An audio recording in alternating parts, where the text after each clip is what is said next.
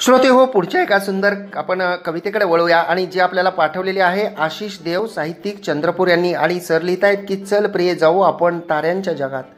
चल प्रिय जाऊ आपण ताऱ्यांच्या जगात न राहता कुणाच्याही आध्यात्मिकमध्यात.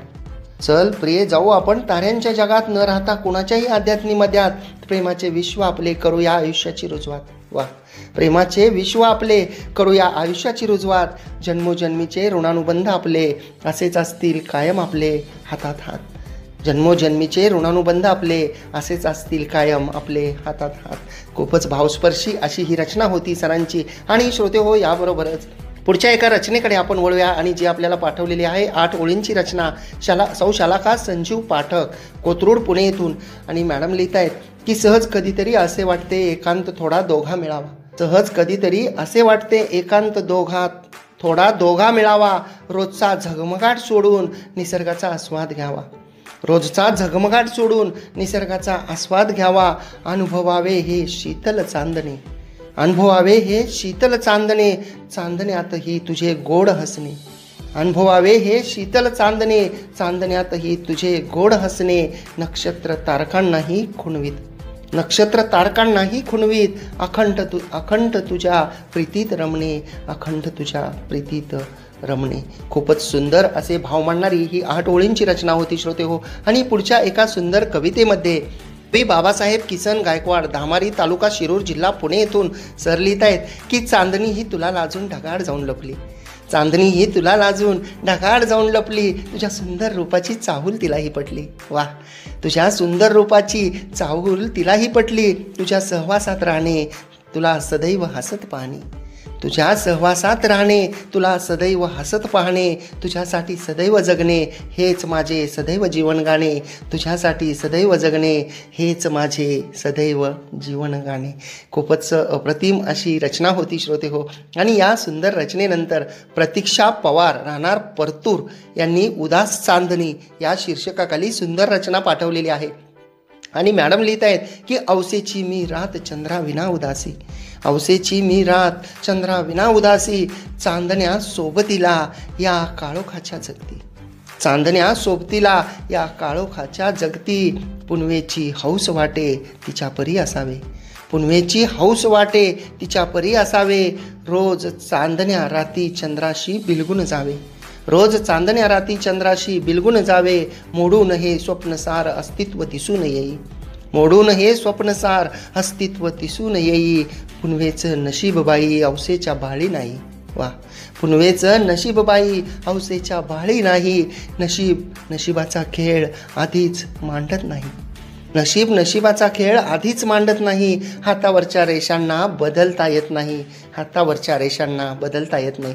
खरंच खूपच भावस्पर्शी अशी ही रचना होती की नशिबाचा खेळ आधीच मांडत नाही. हातावरच्या रेषांना बदलता येत नाही. आणि खराई श्रोते हो की हातावरच्या रेषा कधीही बदलता येत नाही. जे काय आपल्या आयुष्यामध्ये लिहिलेलं असतं त्याला आपण सामोरं जावं लागत असतं. आणि याबरोबरच एक षडाक्षरी या काव्यप्रकारातील उंच नभीचे स्वप्न या शीर्षकाखाली हरिश्चंद्र मुकुंद दळवी, मुक्काम डोंगर नावे, पोस्ट म्हसा, तालुका मुरबाड, जिल्हा ठाणे येथून सर लिहित आहेत, जे की विश्वभान प्रतिष्ठान मुंबई यांचे शिलेदार आहेत. आणि सरांनी लिहिलंय की चल सखे चल दूर देशी जाऊ. चल सखे चल दूर देशी जाऊ. तुझे माझे स्वप्न उंच नभी नेऊ. तुझे माझे स्वप्न उंच नवी नेऊ. असा स्वप्नातील बांधू तेथे घर. असा स्वप्नातील बांधू तेथे घर. कमी ना सुखाची दारी येई सर. कमी ना सुखाची दारी येई सर. खूपच अप्रतिम अशी ही रचना होती श्रोते हो. आणि पुढच्या एका चित्रकाव्याकडे आपण वळूया. शुक्राची चांदणी या शीर्षकाखाली सौ शुभदा दिनेश देशपांडे, डोंबिवली पूर्व इथून मॅडम लिहित आहेत की चांदण्यात बघताना नभांगणी सजलेले. चांदण्यात बघताना नभांगणी सजलेले. रजनीच्या चंद्रकलाने तुझे रूप उजळले. रजनीच्या चंद्रकलाने तुझे रूप उजळले. ध्रुवतारा बघण्यास तुझ्या सवे बसलो. ध्रुवतारा बघण्यास तुझ्या सवे बसलो. शुक्राची चांदणी जणू रूप तुझे निहाळत बसलो. शुक्राची चांदणी जणू रूप तुझे निहाळत बसलो. खूपच अप्रतिम अशी रचना होती श्रोते हो. आणि पुढच्या एका जे आहे रचनेकडे आपण वळणार आहोत श्रोते हो. आणि जी रचना आपल्याला पाठवलेली आहे सागर प्रकाश या नावाने सर लिहितात. प्रकाश रामचंद्र क्षीरसागर, कुर्डवाडी, जिल्हा सोलापूर येथून. आणि सरांनी लिहिलंय की दूर आकाशी किती तारका पहा प्रिये, दूर आकाशी किती तारका पहा प्रिये, कवेत साजन मिठीत घेऊन बसला प्रिये. वा, कवेत साजन मिठीत घेऊन बसला प्रिये, थंडगार ही हवा झोंबते म्हणू नको तू, थंडगार ही हवा झोंबते म्हणू नको तू, पाहून युगुला नभातून चंद्र हसला प्रिये, पाहून युगुला नभातून चंद्र हसला प्रिये, तारांगण जणू अवनीवर अवतरले सुंदर, तारांगण जणू अवनीवर अवतरले सुंदर, विळखा त्याचा क्षितिज व्यापी सजला प्रिये. वा, विळखा त्याचा क्षितिज व्यापी सजला प्रिये, आरासही दिव्यांची शहरामध्ये सायंकाळीही, आरास दिव्यांची शहरामध्ये सायंकाळीही, डोळे दिपवी हृदया सुकवी आजला प्रक्रिये, डोळे दिपवी हृदया सुकवी आजला प्रक्रिये. खूपच मनोहारी जे दृश्य होतं त्या दृश्याचं सुंदर असं वर्णन सरांनी त्यांच्या रचनेमध्ये केलेलं होतं श्रोतेहो. आणि पुढच्या 2 चारोळ्यांकडे आपण वळूयात. आणि ज्या आपल्याला पाठवलेल्या आहेत डॉक्टर श्रीनिवास आठवले, डोंबिवली, जिल्हा ठाणे येथून. सर 2 चारोळ्यांमध्ये लिहित आहेत की तुझ्याच पाशी खरे सुखरे, उगा कशास फिरशी वनवन, तुझ्याच पाशी खरे सुखरे, कशास फिरशी वनवन, तुला चांदणी बघ बिलगली फिकेच त्यापुढे तारांगण. वा, तुझ्याच पाशी खरे सुखरे, उगा कशास फिरशी वनवन, तुला चांदणी बघ बिलगली फिकेच त्यापुढे तारांगण, फिकेच त्यापुढे तारांगण. खूपच अप्रतिम भाव मानणारी ही चारोळी होती. आणि दुसऱ्या चारोळीमध्ये सरांनी लिहिलंय की आकाशीच्या किनाऱ्याला चांदण्यांचे गाव नव्हे, आकाशाच्या किनाऱ्याला चांदण्यांचे गाव नव्हे, मिठीमधल्या चांदणीला एक तुझेच प्रेम हवे, मिठीमधल्या चांदणीला एक तुझेच प्रेम हवे.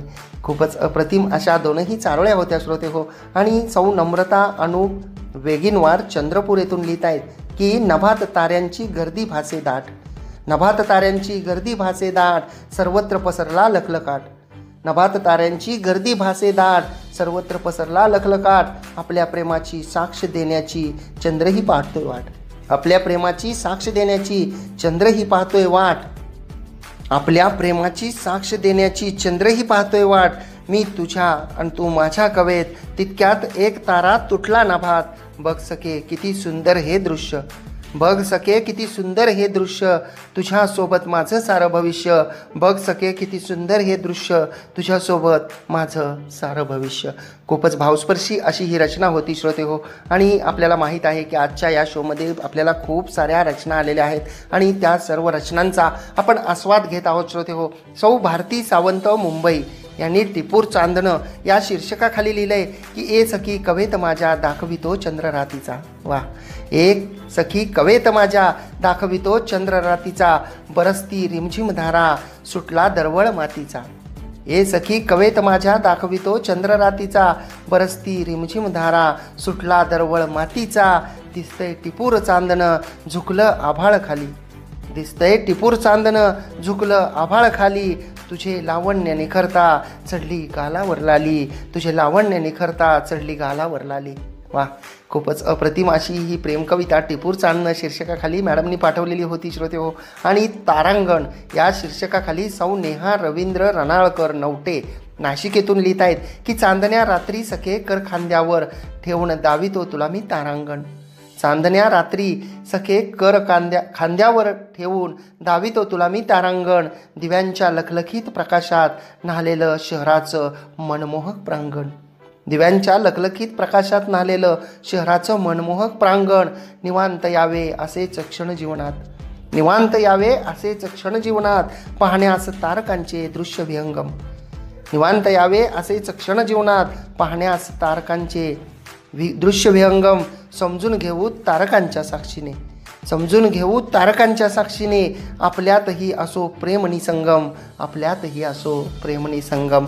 तर खूपच सुंदर अशी ही रचना होती श्रोते हो तारांगण शीर्षकाखालची. आणि चांदणी रात्र या शीर्षकाखाली शोभा वागळे, जोगेश्वरी पूर्व, मुंबई येथून मॅडम लिहित आहेत की रम्य चांदण्या रात्री तू आणि मी या सुंदर एकांत स्थळी साजनी, रम्य चांदण्या रात्री तू आणि मी या सुंदर एकांत स्थळी साजनी, मनोहर देखावा रात्रीचा शहरात, मनोहर देखावा रात्रीचा शहरात, तारकांचा पिंगा पहा नभांगणी, मनोहर देखावा रात्रीचा शहरात, तारकांचा पिंगा पहा नभांगणी, लुकलुकत्या चांदण्यांच्या साक्षीने तुझं मिठीत घेऊनी प्रिये सांगतो. लुकलुकत्या चांदण्यांच्या साक्षीने तुझं मिठीत घेऊनी प्रिये सांगतो. करीन वर्षाव तुझ्यावर मम प्रेमाचा, करीन वर्षाव तुझ्यावर मम प्रेमाचा, जो वरी चंद्रमा नभांगणी उगवतो, जो वरी चंद्रमा नभांगणी उगवतो. तर खूपच सुंदर असे भाव मांडणारी ही रचना होती श्रोते हो. आणि सौ वसुधा कोडगिरे पुणे येथून मॅडमने लिहिलंय की चांदण्या रात्री प्रिया पहा वाहतो गुलाबी वारा, चांदण्या रात्री प्रिया पहा वाहतो गुलाबी गारवा, चांदण्या रात्री प्रिया पहा वाहतो गुलाबी गारवा, चमचमत्या चांदण्यात मजला समीप तू हवा, चमचमत्या चांदण्यात मजला समीप तू हवा. नभी चंद्र आणि तारका धुंद आपण एकमेकात, नभी चंद्र आणि तारका धुंद आपण एकमेकात, तृप्त आहे जीवनी मी काय हवे आयुष्यात, तृप्त आहे जीवनी मी काय हवे आयुष्यात.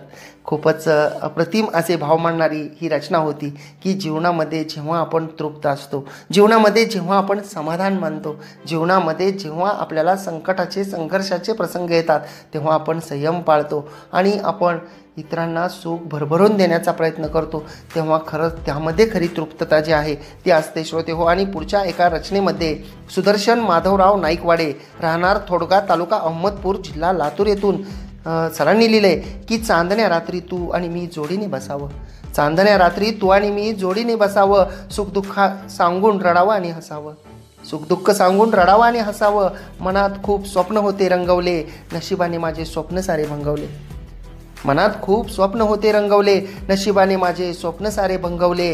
रात्र आहे तीच पण तुझी नाही साथ, रात्र आहे तीच पण तुझी नाही साथ, जाती प्रथेमुळं झाला आयुष्याचा घात, जाती प्रथेमुळं झाला आयुष्याचा घात.